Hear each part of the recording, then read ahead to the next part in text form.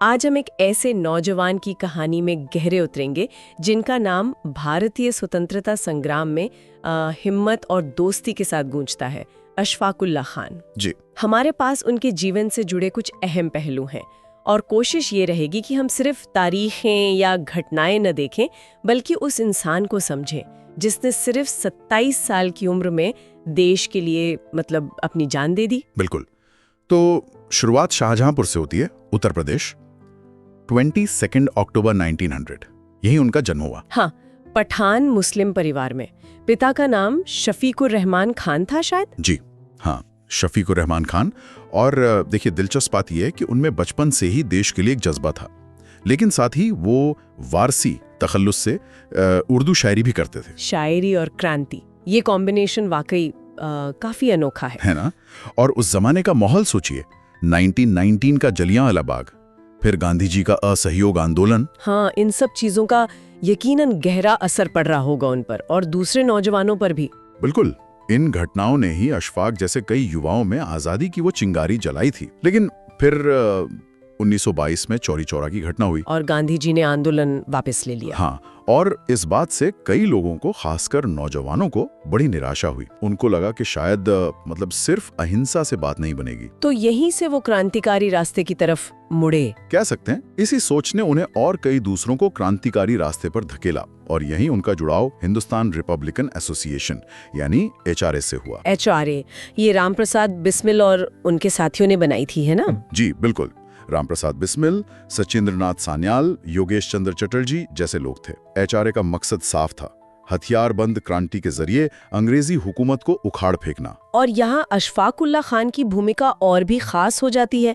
एक धर्मनिष्ठ मुस्लिम होते हुए भी वो बिस्मिल जैसे हिंदू क्रांतिकारियों के साथ कंधे से कंधा मिलाकर चल रहे थे। सही बात है, ये उस दौर में बहुत बड़ी बात थी। उनकी दोस्ती, उनका आपसी विश्वास, ये हिंदू मुस्लिम एकता की एक जीती जागती मिसाल थी। उनका मकसद यानी देश की आजादी किसी भी मजहबी दीवार से कहीं ज्यादा ऊंचा था। इसी रास्ते पर चलते हुए फिर वो ऐतिहासिक घटना हुई, काकोरी कांड। हाँ, काकोरी कांड।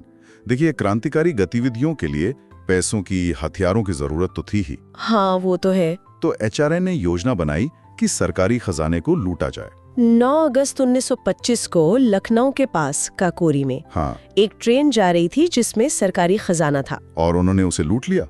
बिस्मिल, अशफाक, राजेंद्र लाहिड़ी, चंद्रशेखर आजाद, ये सब मुख्य लोग थे इसमें। जी हाँ, ये सब शामिल थे। लूट तो हो गई, लेकिन अंग्रेज सरकार वो चुप कहाँ बैठने वाली थी। हाँ, उन्होंने तो फिर जोर शोर से धरपकड़ शुरू कर दी होगी। बिल्कुल, बड़े पैमाने पर गिरफ्तारियां हुई।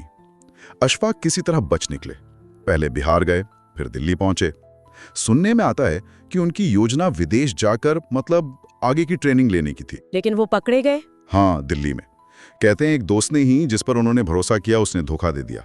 दिसंबर 1926 में उनकी गिरफ्तारी हो गई। और फिर काकोरी केस का मुकदमा चला। ये भी सुना है कि पूछताछ में बहुत दबाव डाला गया, लेकिन उन्होंने अपने साथियों का नाम नहीं बताया। ये बिल्कुल सच है। वो अपने उसूलों और अपने साथियों के प्रति बेहद वफादार रहे। अदालत में जो उन्होंने बयान दिए वो उनकी हिम्मत और देश प्रेम को साफ दिखाते हैं। किसी लालच या धमकी के आगे नहीं झुके। और सजाए मौत। रामप्रसाद बिस्मिल, राजेंद्र लाहिड़ी और ठाकुर रोशन सिंह के साथ उन्हें भी फांसी की सजा सुनाई गई, सिर्फ 27 साल की उम्र में।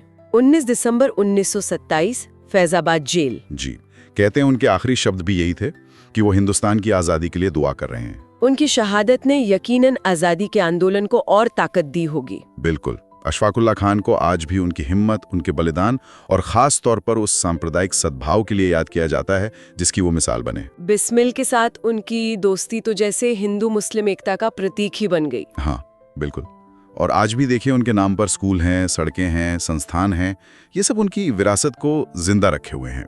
तो ये थी कहानी एक ऐसे नौजवान की जिसने शायरी भी की और बंदूक भी उठाई, दोस्ती भी निभाई और देश के लिए अपना सब कुछ कुर्बान कर दिया। अशफाक उल्लाह खान का जीवन वाकई हिम्मत और उसूलों पर टिके रहने की एक प्रेरणा है। और ये सोचने वाली बात है ना, कि उस मुश्किल दौर में भी कैसे अलग अलग मजहबों के लोग जैसे अशफाक और बिस्मिल एक साझा दुश्मन के खिलाफ और एक साझा सपने के लिए, आजाद भारत के सपने के लिए एकजुट हो सकें। हाँ, उनकी ये एकता आज के समय में हमें क्या सिखाती है, ये सवाल वाकई अहम है। बिल्कुल।